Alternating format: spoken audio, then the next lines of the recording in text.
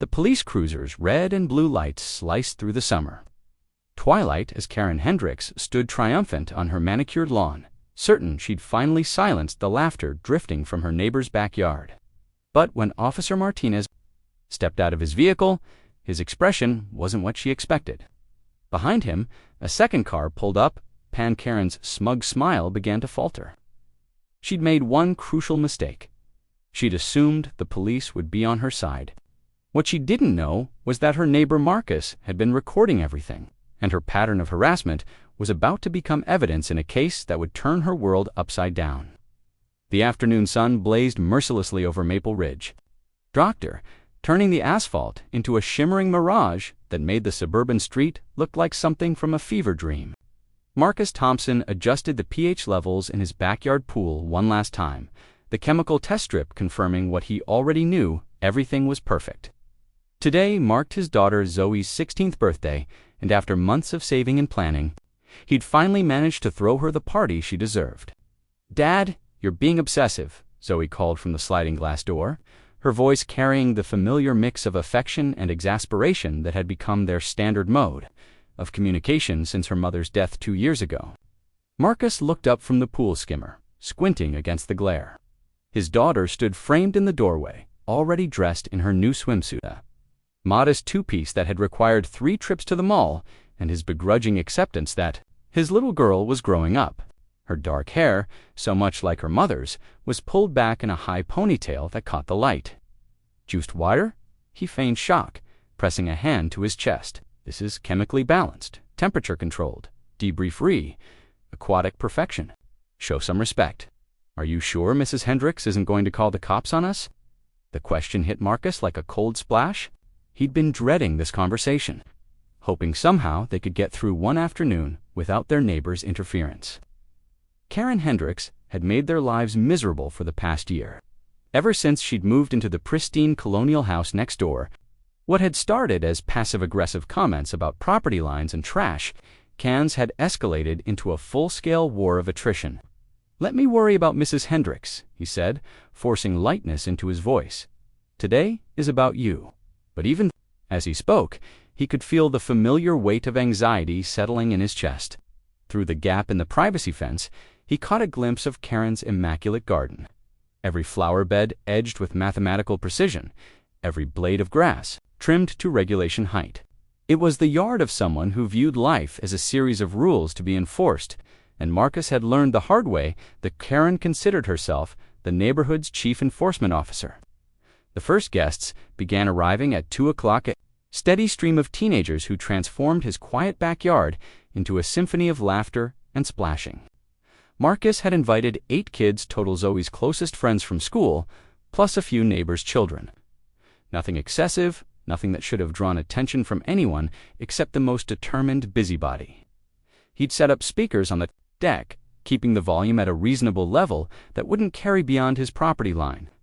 The playlist was Zoe's creation, a mix of current pop hits and throwback classics that had the kids alternating between singing along and groaning at his ancient musical choices. Burgers and hot dogs sizzled on the grill, filling the air with the smoky aroma of summer. For the first hour, Marcus allowed himself to relax. This was what normal looked like teenagers. Being teenagers, his daughter's face bright with genuine happiness for the first time in months. He'd been worried about her lately, the way she'd been retreating into herself, spending too much time alone in her room. Losing her mother had been devastating for both of them. But 16-year-old grief was a different creature entirely, full of anger and confusion that Marcus often felt powerless to address. "Mr. Thompson," called out Jake Martinez, one of Zoe's friends from the swim team. "This guacamole is incredible." Marcus felt a flush of pride. The guacamole was his secret weapon, a recipe he'd perfected over years of trial and error, involving just the right balance of lime, cilantro, and Galapagos. "Family secret," he called back. "I could tell you, but then I'd have to adopt you." The kids laughed, and Marcus felt that familiar warmth that came from successfully connecting with his daughter's generation.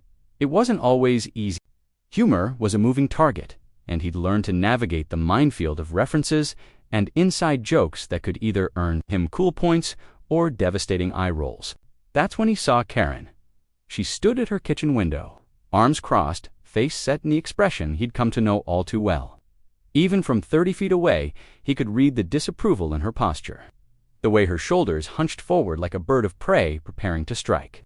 She'd been watching them probably since the first guest arrived, cataloging every laugh, every splash, every moment of joy as if they were personal affronts. Marcus tried to ignore her, turning his attention back to the grill, but he could feel her presence like a physical weight, that constant surveillance that had become the backdrop to his life. In the 2 years since Sarah's death, he'd worked hard to create a sense of normalcy for Zoe, to build a home that felt safe and welcoming. Karen's arrival had shattered that peace, turning every outdoor activity into a potential confrontation. Dad, Zoe appeared at his elbow, water still dripping from her hair. "Is everything okay?" He forced a smile. "Perfect. Having fun, the best." She squeezed his arm. "Seriously, Dad, this is amazing. Thank you." The simple gratitude in her voice made his throat tight.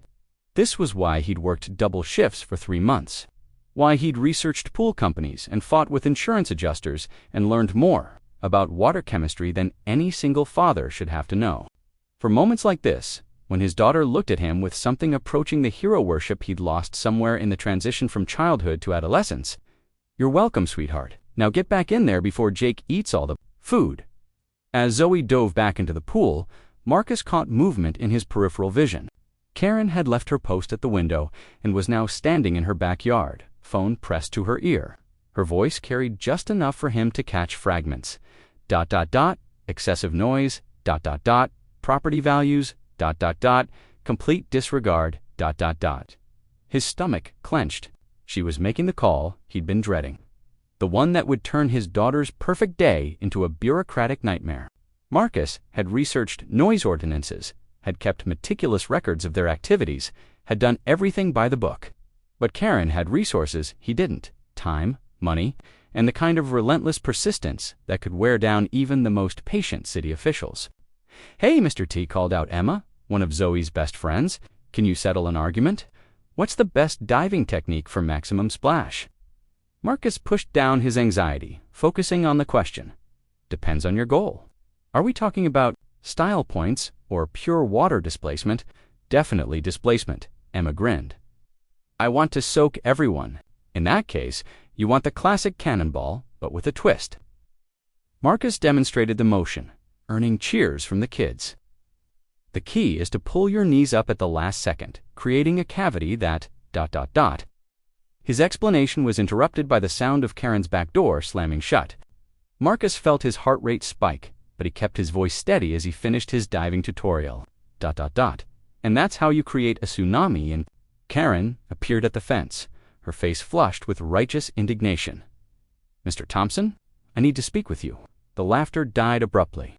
Marcus could see the teenagers exchanging glances, picking up on the sudden tension. Zoe's face had gone pale, and he recognized the expression, the same look she'd worn during her mother's final hospital stay, when she'd realized that adult conflicts could shatter a child's world without warning. "What can I do for you, Mrs. Hendricks?" Marcus kept his voice pleasant, professional. He'd learned that responding to Karen's aggression with calm often infuriated her more than any argument. "Could you explain why you think it's appropriate to throw a rave in a residential neighborhood?" Karen's voice carried clearly over the fence, ensuring that every word would be heard by the teenagers in the pool. Marcus felt his jaw tighten. "It's a birthday party, Mrs. Hendricks. 8 kids, appropriate music volume, and we're well within our rights to use our own backyard?" "Your rights." Karen's laugh was sharp and bitter. "What about my rights? What about my right to enjoy my property without being subjected to this... this chaos?" She gestured wildly at the scene behind him, as if the sight of teenagers having fun in a swimming pool was evidence of moral decay. Marcus could see her point of view. Karen lived alone, valued order and quiet, and probably viewed any deviation from suburban tranquility as a personal attack, but understanding her perspective didn't make her behavior any less unreasonable. "I understand this might be louder than you prefer." Officer Martinez stepped out of his patrol car with the measured pace of someone who'd responded to hundreds of neighborhood disputes. Marcus had seen him before at community events, directing traffic during school pickup, the kind of steady presence that made suburban parents feel safe. But today, there was something different in his demeanor, a tension that Marcus couldn't quite read. The second police car discharged Officer Patricia Chen, a compact woman with sharp eyes who immediately began scanning the scene with professional thoroughness. Marcus felt his stomach clench. 2 officers for a noise complaint seemed excessive, and he couldn't tell if that was good news or very bad news. Mr. Thompson. Officer Martinez approached the fence, his voice neutral. "I'm Officer Martinez. This is Officer Chen.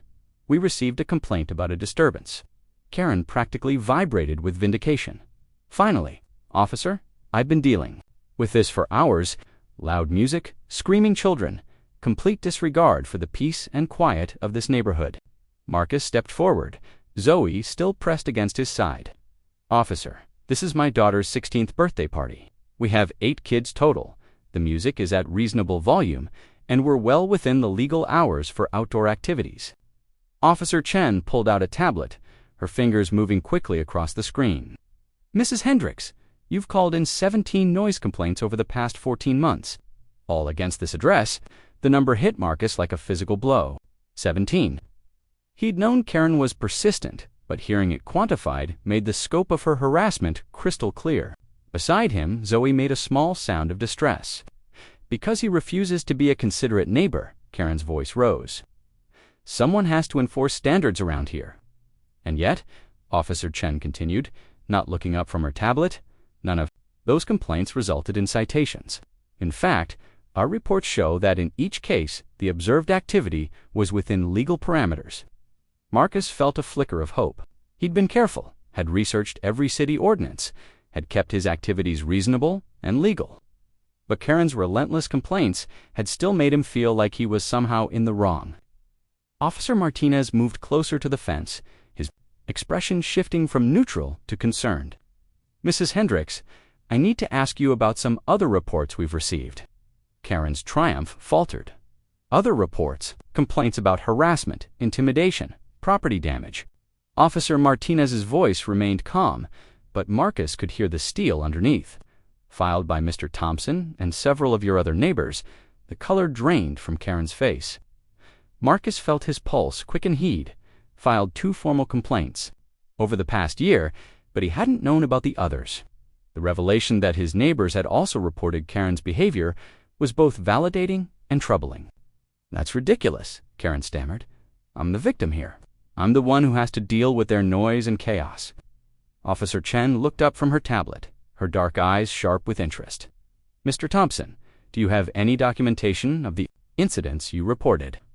Marcus nodded, pulling out his phone. For the past year, he'd been carefully documenting every interaction with Karen, every hostile comment, every attempt to interfere with his family's activities. It had felt paranoid at the time, but his lawyer friend had advised him to keep records. "I have videos, photos, timestamps," Marcus said, scrolling through his files, including footage from this afternoon. Karen's face went white. "You've been filming me. I've been documenting harassment," Marcus corrected, "including your attempts to intimidate my daughter and her friends."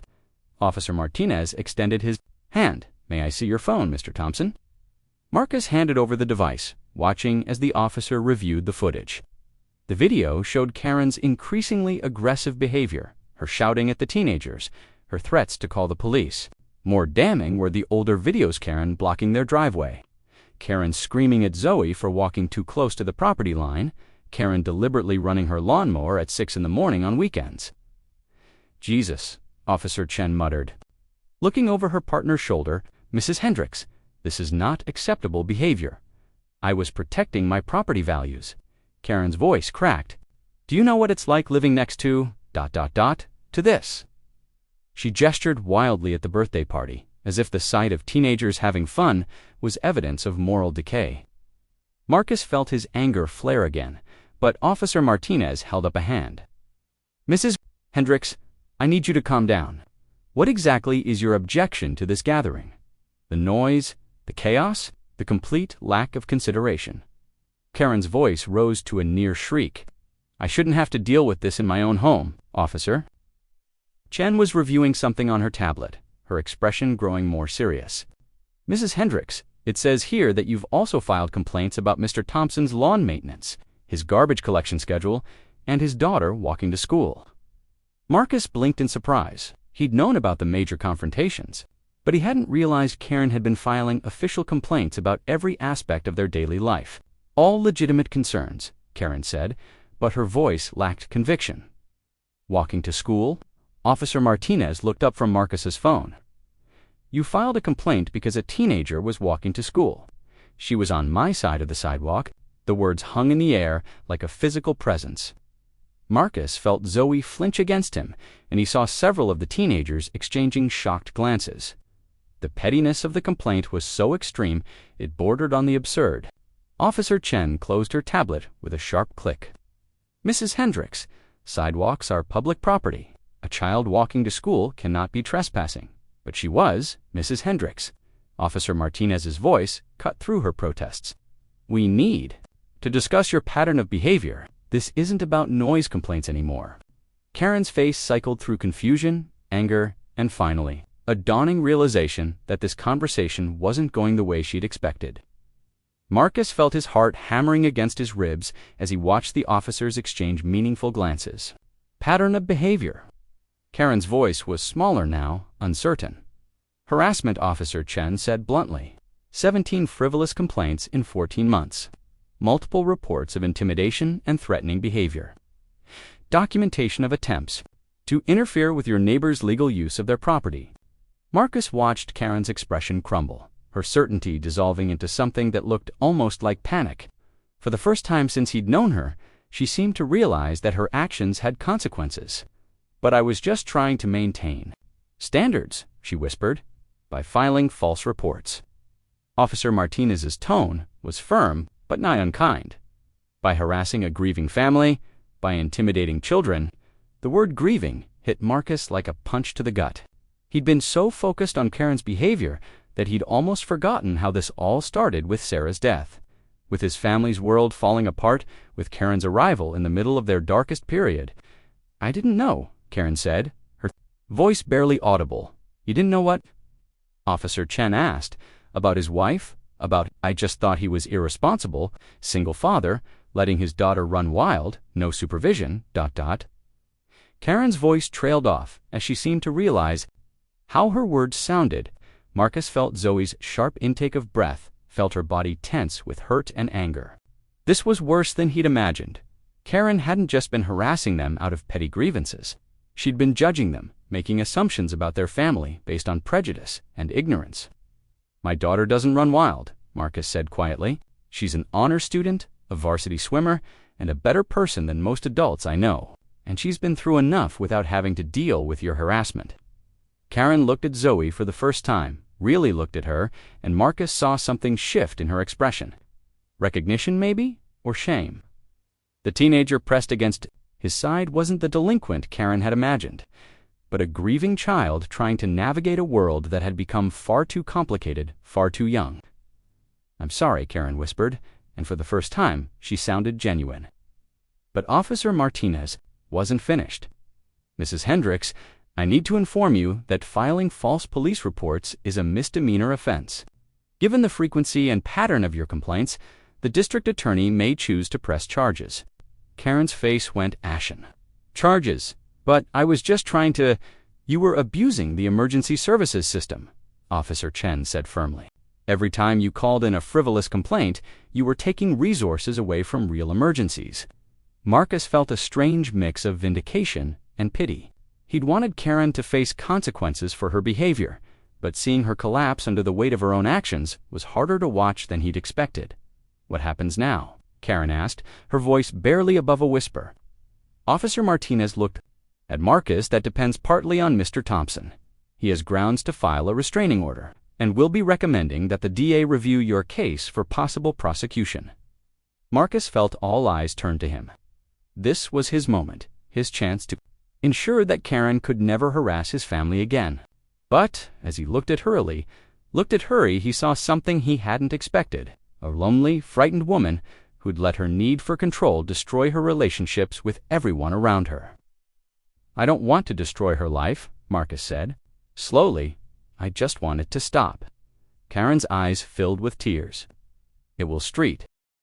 3 weeks after the birthday party, Marcus was installing a new security light on his back porch when he heard the familiar sound of Karen's lawnmower sputtering to life. The difference was timing instead of the aggressive 6 a.m. wake-up calls that had tormented his weekends for months. She was mowing at a reasonable 10 a.m. on a Tuesday. Small changes, but they felt monumental after everything they'd been through. "Dad, can you help me with something?" Zoe called from the kitchen, her voice carrying that particular tone that meant she was wrestling with homework that required adult intervention. Marcus set down his drill and headed inside, finding his daughter surrounded by poster board markers and printouts from the internet. Her laptop was open to what appeared to be a research paper about community gardens. "Let me guess," Marcus said, settling into the chair beside her. "Environmental science project, community outreach," Zoe corrected. "We have to identify a problem in our neighborhood and propose a solution." "I was thinking about what Mrs. Hendricks said about gardening, and I had an idea." Marcus leaned over to read her notes, impressed by the thoroughness of her research.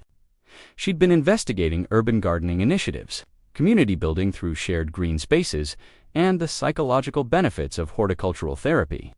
The scope of her project was ambitious, but what struck him most was the underlying empathy. His daughter was trying to solve the loneliness and isolation that had turned their neighbor into an adversary.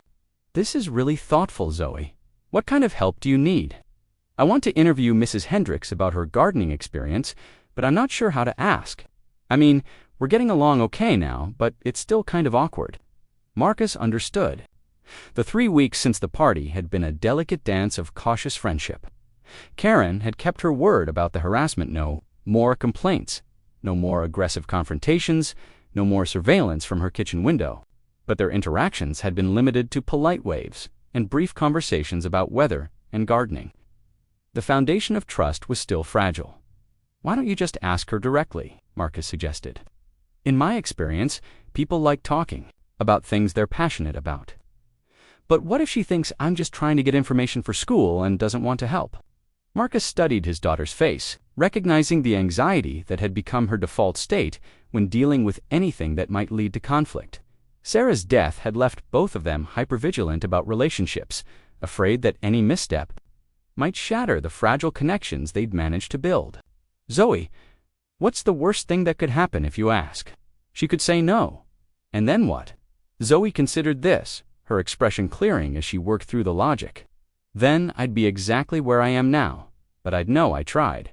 "Exactly. And what's the best thing that could happen?" She could say yes, and I'd get to learn about something she loves. And maybe we'd become actual friends instead of just neighbors who don't hate each other. Marcus smiled. "Sounds like the risk is worth it."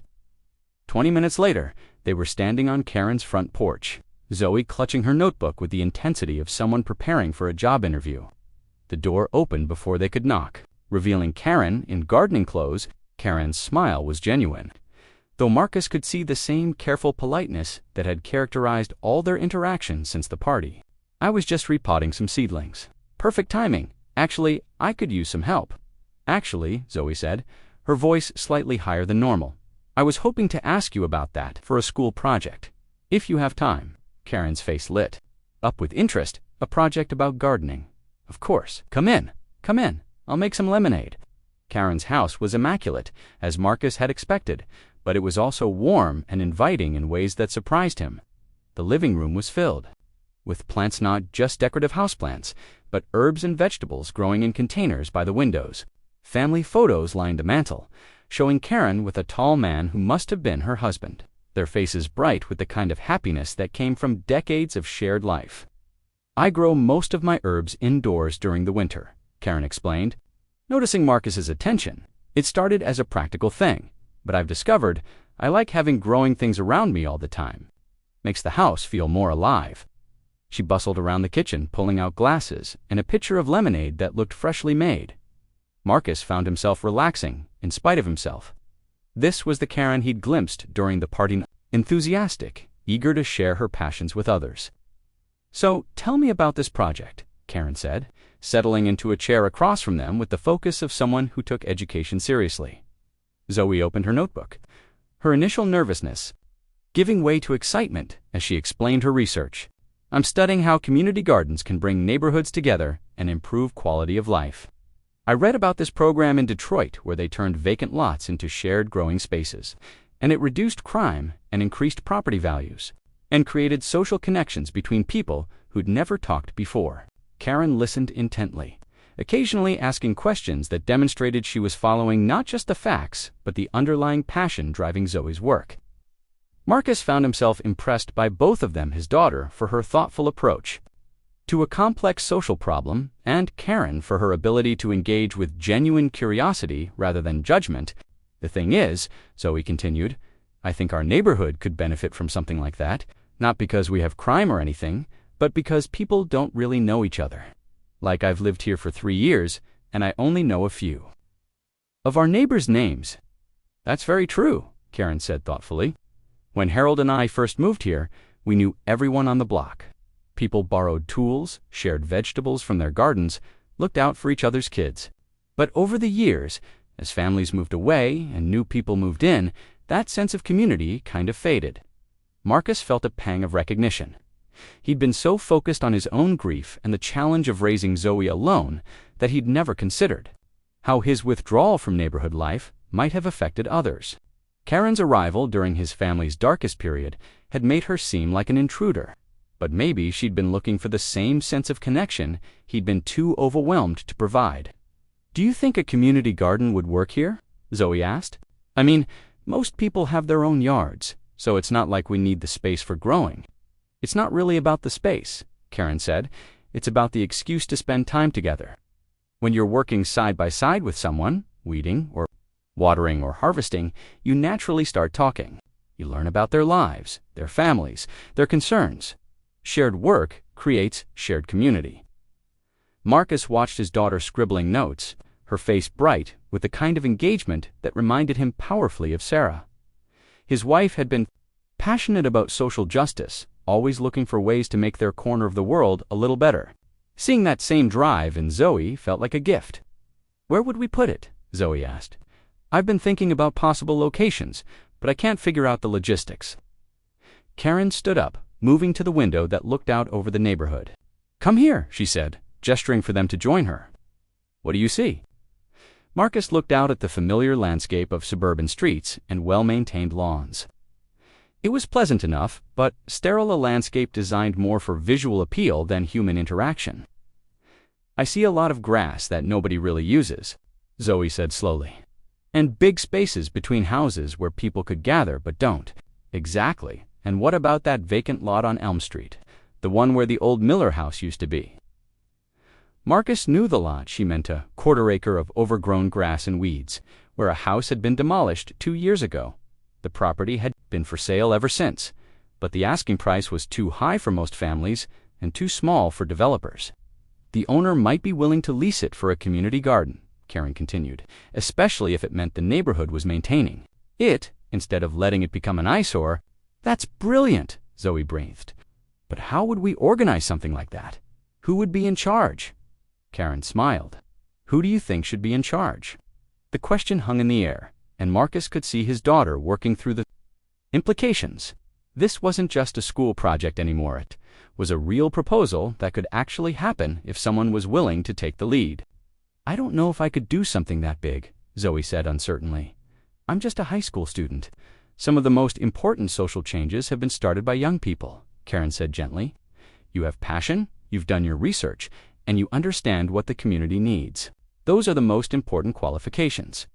Marcus felt his chest tighten with pride and worry in equal measure. His daughter was contemplating taking on a project that would require her to organize neighbors, negotiate with property owners, and navigate the complex politics of community development. Part of him wanted to protect her from the potential disappointment and frustration, but another part recognized that this was exactly the kind of challenge that would help her grow into the remarkable woman she was becoming. I'd help, Karen said quietly. I know it might seem strange given